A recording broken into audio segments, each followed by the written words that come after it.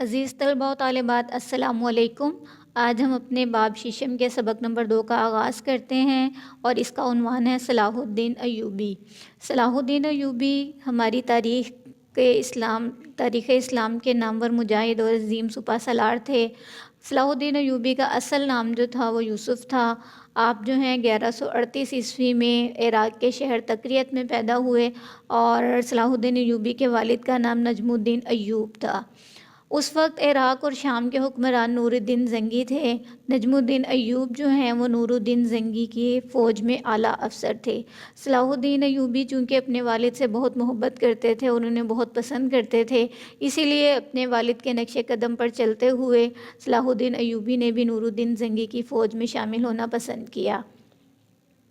اور یہاں پر یہ دیکھتے چلیں کہ یہ فوج میں تو شامل ہو گئے اور اس کے بعد کیا ہوا۔ 1169 عیسوی میں نور الدین زنگی کا انتقال ہوا تو ان کے بیٹے ملک الصالح جو ہیں وہ حکمران بنے، لیکن بدقسمتی سے ملک الصالح جو ہیں وہ اپنے والد سے بالکل مختلف تھے۔ نور الدین زنگی جو ہیں وہ ایک دلیر جنگجو تھے، بہترین حکمران ثابت ہوئے، لیکن ملک الصالح جو میں حکمرانی کی کوئی صلاحیتیں موجود نہیں تھیں اور ان کی اسی کمزوری سے فائدہ اٹھاتے ہوئے عیسائیوں نے جو ہے وہ دمشق پر قبضہ کرنے کا منصوبہ بنایا اور ملک الصالح نے اس طرف کوئی توجہ نہ کی، جس سے مجبور ہو کر صلاح الدین ایوبی نے جو ہے ملک الصالح کو برطرف کر دیا اور حکومت کو خود سنبھال لیا۔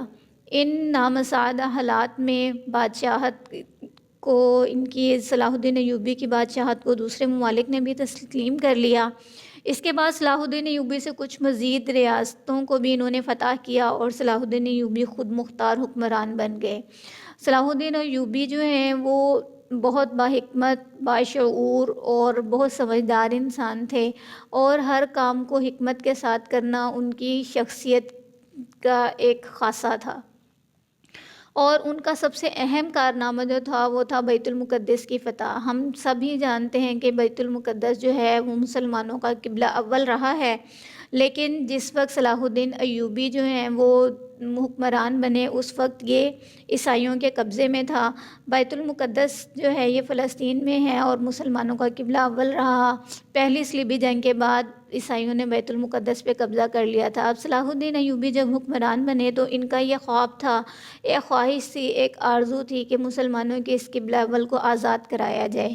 چنانچہ انہوں نے ایک منصوبہ بندی کی اور 1187 میں صلاح الدین ایوبی نے بیت المقدس پر حملہ کر دیا اور بیت المقدس کو آزاد کروانے کے لیے انہوں نے جو منصوبہ بندی کی وہ یہ تھی کہ پہلے تو شہر کا محاصرہ کیا گیا اور افرادی قوت کو سامنے لانے کے بجائے شہر پر منجنیق کے ذریعے سے حملہ کیا گیا۔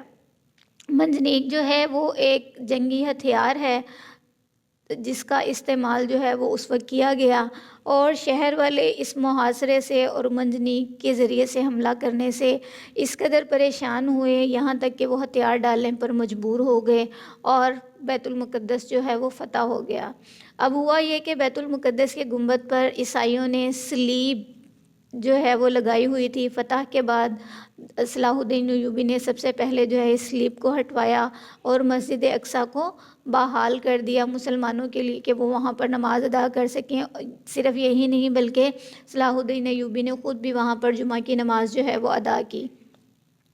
اور اس فتح کو یادگار بنانے کے لیے انہوں نے بہت سے شفاخانے اور مدرسے بنائے اور اس جشن کو پوری اسلامی دنیا میں منایا گیا۔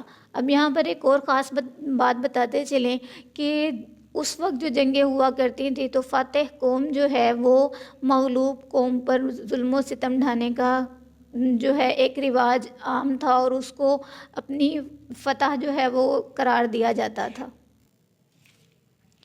لیکن صلاح الدین ایوبی نے جب بیت المقدس کو فتح کیا تو انہوں نے اس وقت کی روایات کو چھوڑا اور ایک مسلمان ہونے کے ناطے مسلمان ہونے کے ناطے انہوں نے کسی قسم کا انتقام نہیں لیا۔ حالانکہ ایک حکمران ہونے کے ساتھ ایک حکمران اور فاتح ہونے کی حیثیت سے وہ انتقام لینا چاہتے تو لے سکتے تھے، لیکن انہوں نے عیسائیوں نے جو مسلمانوں پر مظالم ڈھائے تھے ان کو نظر انداز کیا اور اعلان کر دیا کہ عیسائی جو ہیں وہ فدیہ ادا کریں اور 40 دن کے اندر اندر اس شہر سے نکل جائیں۔ اور بہت سے شہری ایسے بھی تھے جو فدیہ ادا نہیں کر سکتے تھے، انہیں فدیہ کے بغیر ہی چھوڑ دیا گیا۔ ایک مورخ لین پال صلاح الدین ایوبی کی عظمت بیان کرتے ہوئے لکھتے ہیں کہ اس دوران میں ایک واقعہ بھی ایسا پیش نہیں آیا جس میں کسی عیسائی پر زیادتی کی گئی ہو، یعنی فدیے کی ادائیگی میں نرمی بھی کی گئی اور بغیر فدیے کے بھی عیسائیوں کو چھوڑا گیا، اور اس چیز نے عیسائیوں پر بہت گہرا اثر ڈالا۔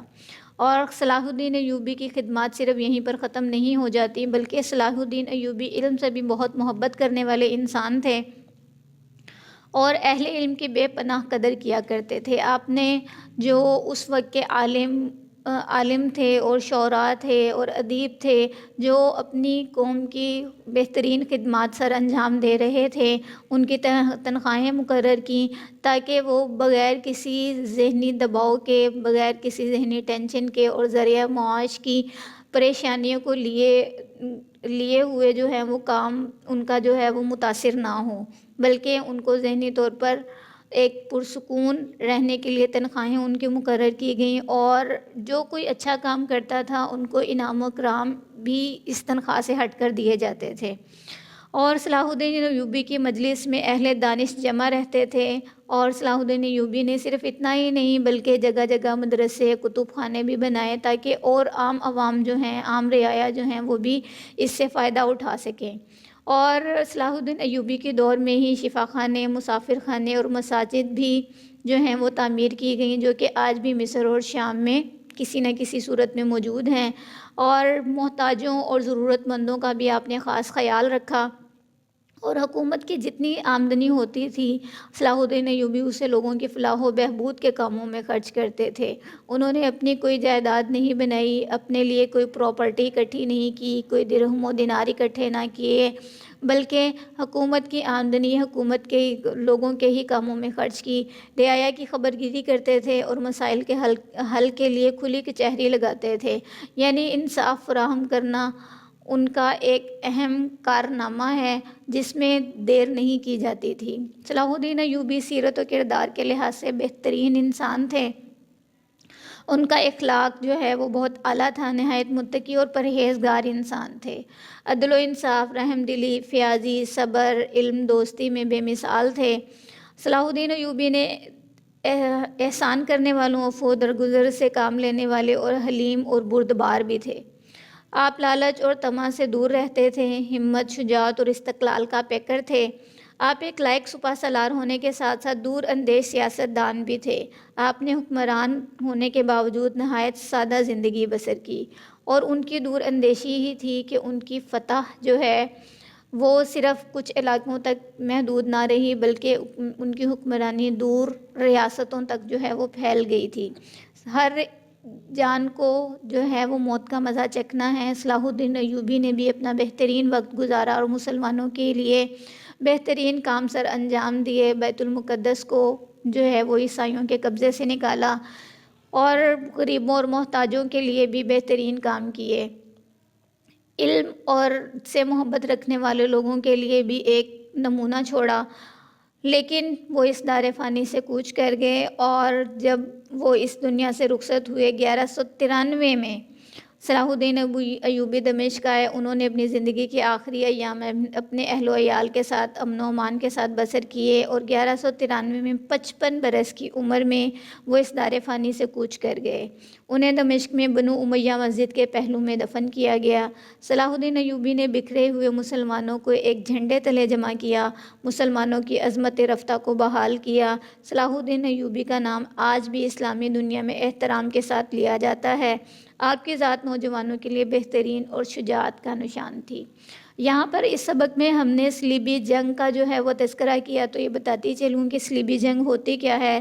وہ مذہبی جنگیں اور مہمات جن میں یورپ کی عیسائی حکومتیں متحد ہو کر مسلمانوں سے مسلسل دو سو سال تک لڑتی رہیں، انہیں صلیبی جنگیں کہتے ہیں۔ دوبارہ بتاتی چلوں آپ کو، وہ مذہبی جنگیں اور مہمات جن میں یورپ کی عیسائی حکومتیں متحد ہو کر مسلمانوں کے خلاف لڑتی رہیں، ان کو صلیبی جنگیں کہا جاتا ہے۔ امید ہے کہ آپ اس سبق کو اچھے طریقے سے خود سے بار بار پڑھیں گے اور اس سے کچھ نہ کچھ سبق حاصل کرنے کی کوشش کریں گے، اور صلاح الدین ایوبی کی طرح اپنے جو کردار ہیں، اپنے جو مشاہدے ہیں، اپنے جو دور اندیشی ہے، اس کو مزید پالش کریں گے، مزید بہتر کریں گے، اپنی صلاحیتوں کا بہترین استعمال کریں گے۔ جزاکم اللہ خیرا۔